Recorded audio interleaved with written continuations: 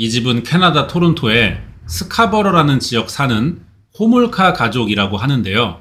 1990년 12월 23일 이때 크리스마스가 일요일이랑 붙어서 연휴였어요. 호몰카 가족이 어떻게 보낼지 계획을 세우면서 저녁을 준비한 거지. 이날 평소보다 음식을 더 많이 했습니다. 손님이 오기로 했거든요. 큰딸인 칼라가 내년 6월에 결혼하는데 그 예비 사위, 이 사람이 오는 날이었던 거야. 폴이라고 합니다. 폴이 또 센스가 있어요. 와인 한 병 딱 사가지고 오더라고. 다 같이 앉아가지고 밥 먹고 얘기하고 그랬지. 시간이 꽤 지났어요. 밤 12시쯤 됐는데 이 집 부모님들이 먼저 2층에 있는 방으로 올라가 잡니다. 애들끼리 놀라고. 1층 거실에 그래서 이 큰딸 칼라랑 약혼한 폴 그리고 동생인 태미 이렇게 셋만 남은 거야. 얘네는 잠도 없어. 폴이 가져온 와인에 칼라가 에그노그라는 걸 또 만들었어요. 이게 우유에 달걀 넣고 위스키랑 섞은 음료수래. 과일, 과자 또 차려놓고 2차 한 거지 자기들끼리. 몇 시간 뒤에 엄마 아빠가 깹니다. 아직 새벽인데 누가 급하게 2층 계단으로 막 우당탕탕 거리면서 뛰어 올라왔어. 큰 소리가 나니까 엄마 아빠가 깬 건데 올라온 애가 큰딸 칼라예요. 반 정신 나가가지고 이상한 소리를 하더라고. 태미가 동생이 숨을 안 쉬고 죽은 것 같대. 부부는 아직 잠을 다 깨지도 못한 상태야. 애가 뭔 소리를 하는지 바로 못 알아들었거든요. 그래도 이제 막내 얘기하는 거니까 일단 1층 내려가 봤더니 진짜 얘가 얼굴이 하얘져서 바닥에 늘어져 있더라고. 빨리 병원에 옮겼는데 가던 중 심정지가 확인됩니다. 아니 몇 시간 전까지 밥 잘 먹고 잘 놀았어. 뭔 일이야 이게. 칼라 말 들어보니까 아까 말한 그대로예요. 새벽에 폴이랑 태미랑 셋이 술 한 잔 더 하면서 얘기 중이었는데 갑자기 태미가 자더래. 그래서 방으로 옮기려고 깨우니까 일어나다가 자기들 옷에 토를 했다는 거야. 일단 다시 눕히고 둘이 씻으러 갔어. 그리고 옷도 갈아입고 나왔더니 죽어 있더라는 거지. 얘기 들어보면은 태미가 이제 토하다 말고 다시 누우면서 목에 이제 토가 남은 거죠. 이게 기도를 막아서 질식한 것 같아요. 병원에서도 사망 원인이 질식사로 나왔거든. 칼라가 언니잖아. 이 일로 죄책감이 심했어요. 부모도 이게 예측 안 되는 사고였으니까 칼라 탓을 막 또 할 수도 없고 칼라 잘못이라고 생각하지는 않는데 둘째 생각이 그 뒤로도 계속 나니까 부모가 이 집에서 더 못 살겠대. 금방 결혼하는 칼라에게 신혼집으로 내주고 자기들은 다른 지역으로 이사갑니다. 이날 이렇게 크리스마스 사건은 심각한 가정사로 남게 된 거죠. 2년이 지났어요. 1992년 12월 27일 스카버러 경찰서로 웬 여자가 뛰어들어오는데 자다가 도망친 건지 죽은 거 아닙니다. 맞아서 생긴 멍이에요. 옷도 심하게 얇고 야밤에 눈에 또 막 피멍도 들어있는 거야. 이때 동네에 연쇄 성폭행 살인 사건이 자주 일어나던 때라 경찰은 이 여자가 혹시 그 사건에 관련된 피해자가 아닐까 생각했습니다. 빨리 안전한 곳으로 옮겨서 옷도 주고 뜨뜻한 커피도 한 잔 먹였지. 좀 진정하길래 무슨 일이냐 물어보니까 교통사고를 당했대요. 아, 뭐라는 거야. 누가 봐도 맞은 자국인데 무슨 교통사고로 눈두덩이에 피멍이 생기냐고. 뻔히 보이는 거짓말을 하고 있잖아. 말하고 싶지 않은 걸 봐서는 성범죄의 가능성이 좀 있겠죠. 여자니까 수치스럽잖아요, 밝히기가.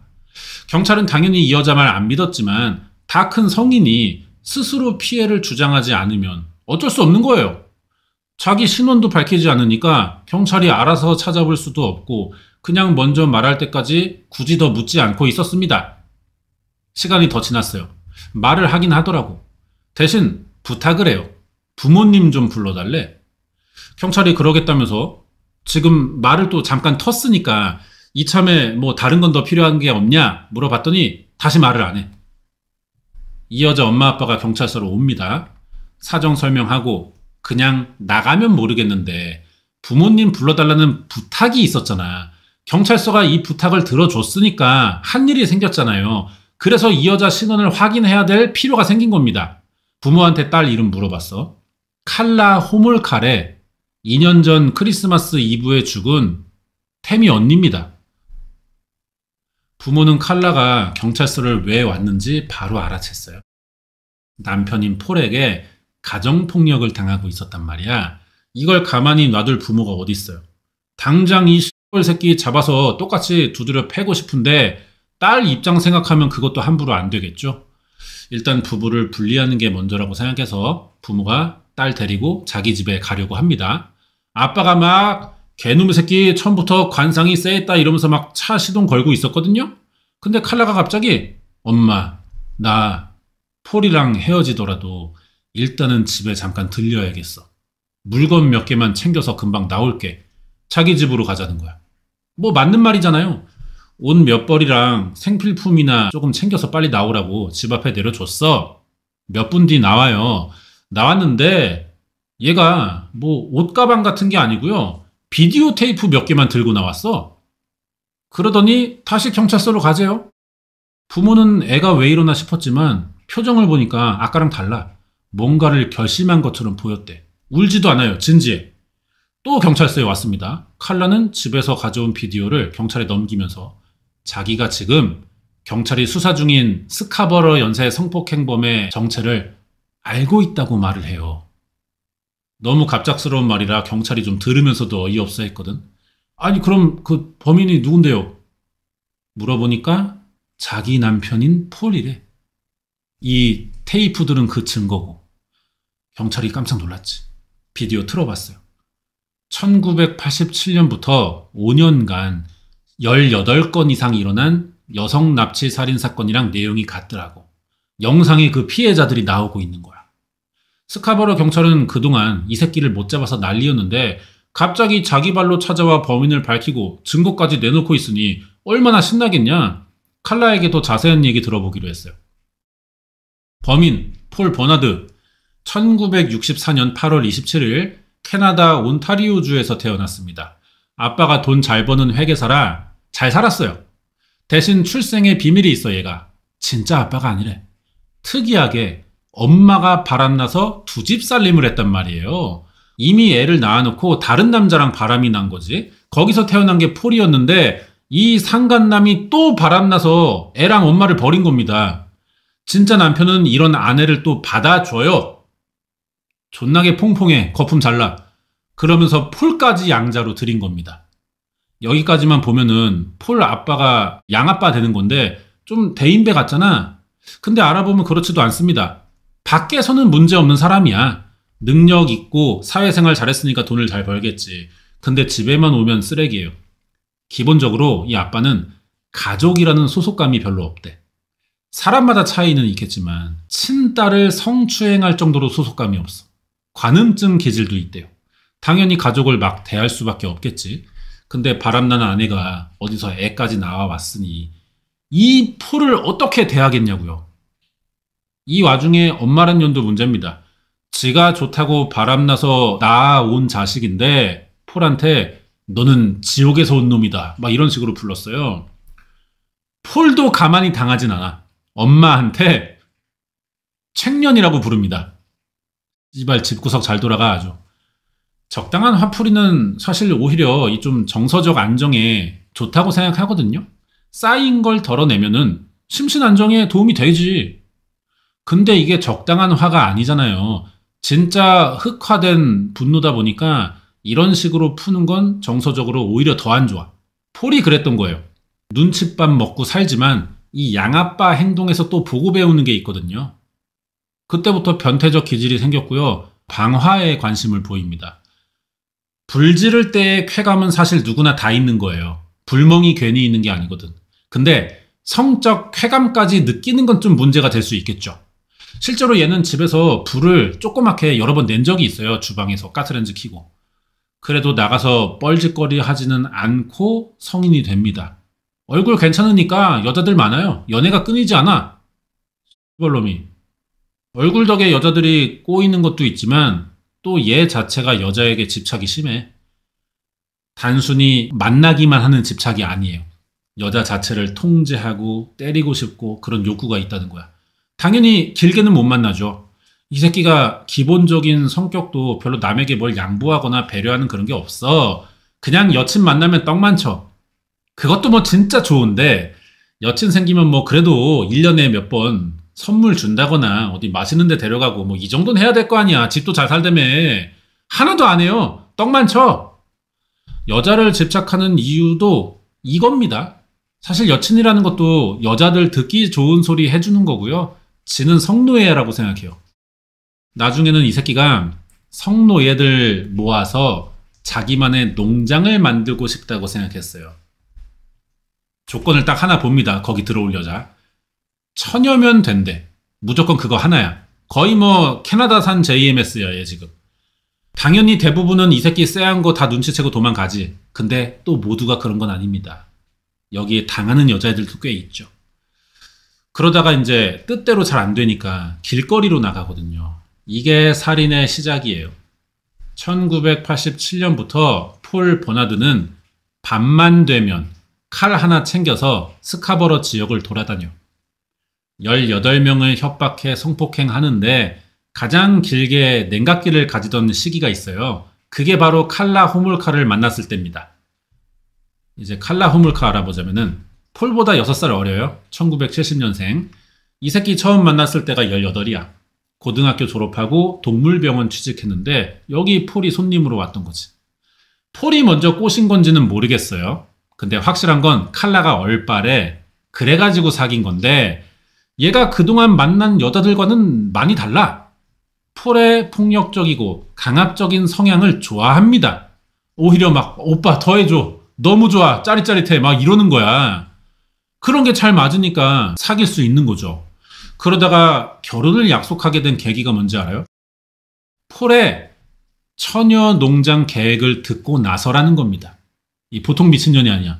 다른 애들은 다 도망가는데 칼라는 오히려 오빠 그러면은 우리 이런 식으로 하면 되겠다. 막 아이디어를 내요. 폴이 자기의 모든 걸 다 받아주는 이 칼라를 놓칠 수가 없잖아. 그래서 결혼을 약속했고 약속은 했는데 진짜 큰 문제가 하나 있네. 폴이 꼭 하나만 보는 조건인 이 이제 처녀에 칼라가 안 들어가요. 얘도 남자 몇 번 사귀었거든. 이 사실에 폴이 화가 납니다. 칼라는 어떻게든 이 오빠랑 결혼하려고 막 폴을 설득하는데 안 통하는 거야. 그래서 사용한 방법이 뭐냐? 나는 비록 에이다가 아니지만 에이다인 여자를 바치겠다. 오빠한테. 그게 바로 템이에요.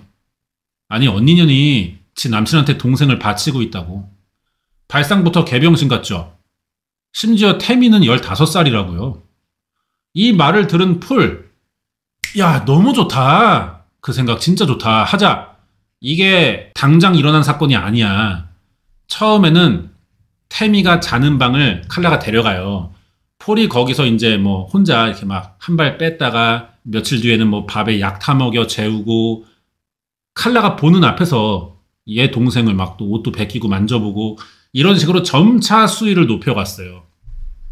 이지랄 하면서 1990년 12월 23일까지 온 거죠. 이제 크리스마스니까 기념일이잖아.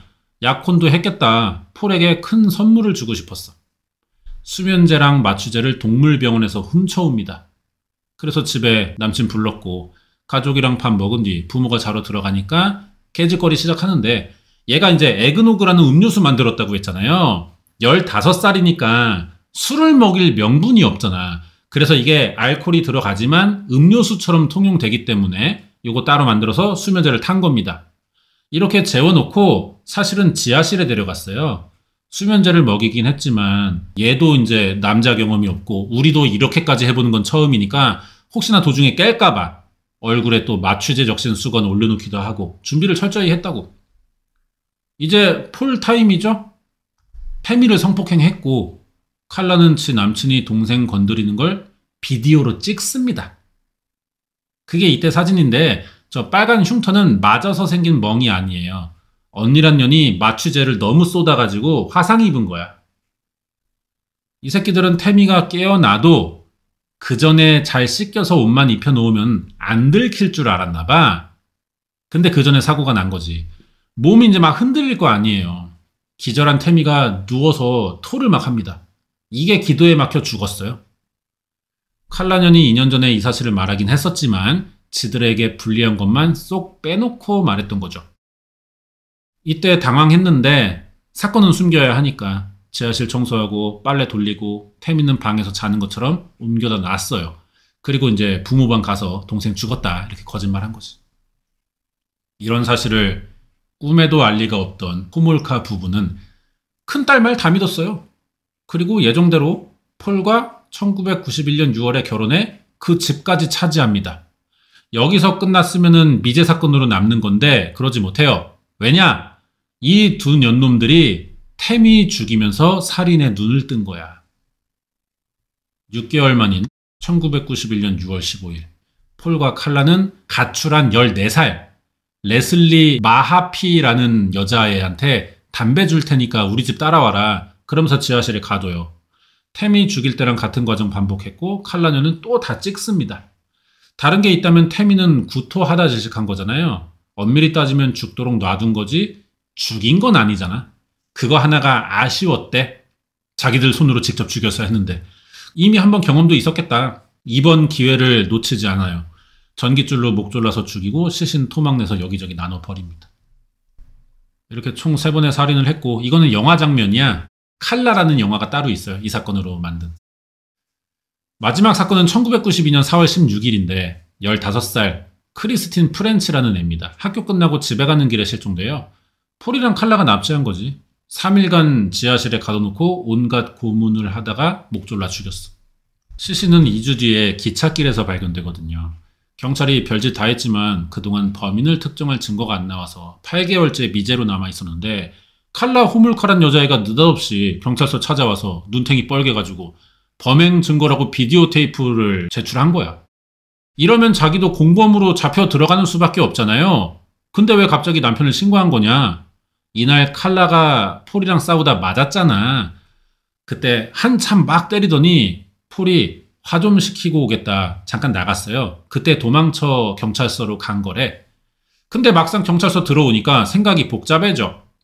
이렇겐 못 살겠으니까 일단 오긴 왔지만 폴 신고하면 자기도 줬대잖아.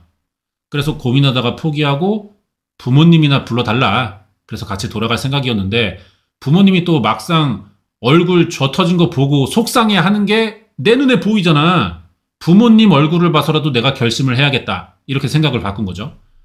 그래서 다시 집에 돌아가서 이때 찍은 비디오들을 다 들고 나온 겁니다. 이날 폴 버나드는 체포됐고요. 칼라는 자기도 공범이라고 자백해요. 근데 자백한다고 다 범인이 되진 않잖아요. DNA 맞춰봐야 돼요. 진술만으로는 성립이 안 됩니다. DNA 확인했더니 스카버러 연쇄 성폭행 사건의 범인과 일치하는 거야. 이렇게 사건이 드러난 거죠.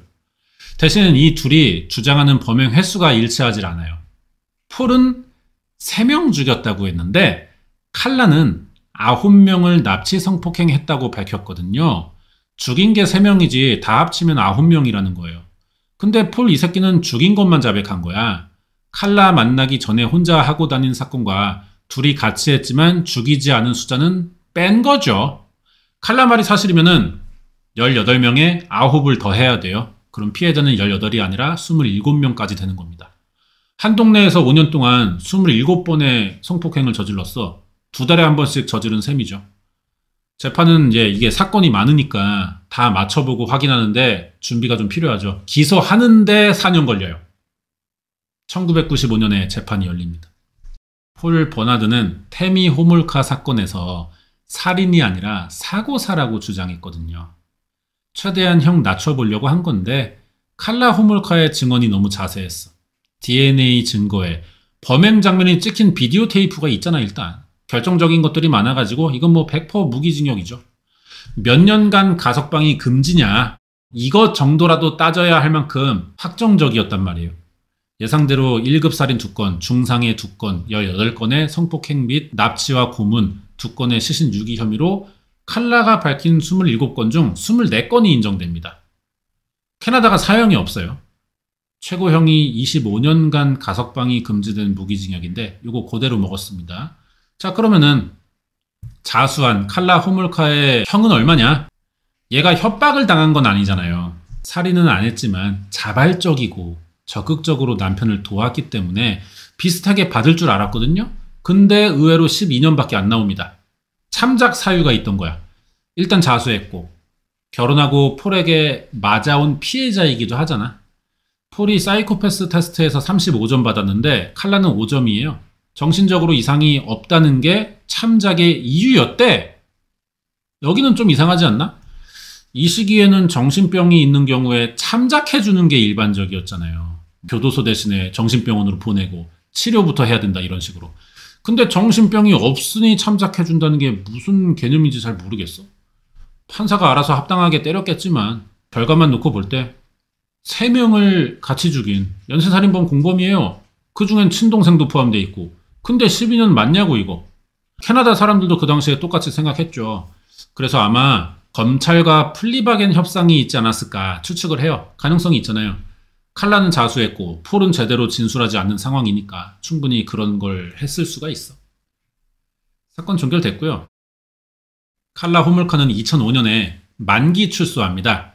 나와서 결혼해요. 애 셋 낳았는데 새 남편이 자기 변호사의 동생입니다. 변호사가 재판하다 말고 지 동생 소개해준 거야. 씨발 이게 어떻게 가능하지? 나라가 얼마나 캐나다 좀 낙천적인 나라잖아요. 얼마나 그래야만 변호사가 살인범에게 동생을 소개해줄 수 있냐고. 뭐 이쁘긴 해 근데. 신분 세탁하려고 개명 신청했다가 거절당합니다. 그래서 신원보호라도 신청했는데 이것도 거절당했어요. 반대로 칼라 호몰카 같은 범죄자들이 출소하고 신분 세탁하는 걸 금지하는 법이 만들어졌지 오히려. 아니 이럴 거면 형을 그냥 애초에 세게 때리든가 뭐 하는 거야 이게. 이해가 안 가. 폴 버나드는 2018년부터 가석방 심사가 가능해졌는데 3번 신청했다가 다 탈락합니다. 워낙에 죄 많은 인생이라 쉽게 풀려나지 못할 것 같아요. 얘들 얼굴이 또 괜찮게 생겨가지고 사람들이 바비와 켄 살인마로 부르기도 합니다. 그럼 뭐해 미친년놈들이. 얼굴값이나 제대로 하지 뭐 세트로 지랄병 도져가지고 이게 뭐냐고. 하여튼 뒤지게 맞아야 돼요. 여기까지고. 저번에 얘네들 알아봤었잖아요. 마약 중독 치료하다가 만난 디나, 리처드라고 범죄적 상호 의존 관계였는데 이 분야에 계보가 있습니다. 얘네 선배가 오늘 알아본 그 폴과 칼라고요. 그 전에는 보니와 클라이드라고 그 은행 강도하던 새끼들이 있어요. 이 사이사이에도 존나 많아. 근데 얘네들이 이 상호 의존 관계 범죄자들의 좀 대표적인 계보가 됩니다. 일치하는 부분들이 꽤 많아요. 둘 사이에. 그런 사건들이 있습니다. 여기까지고 다음 주에 또 새로운 사건 준비해서 올게요.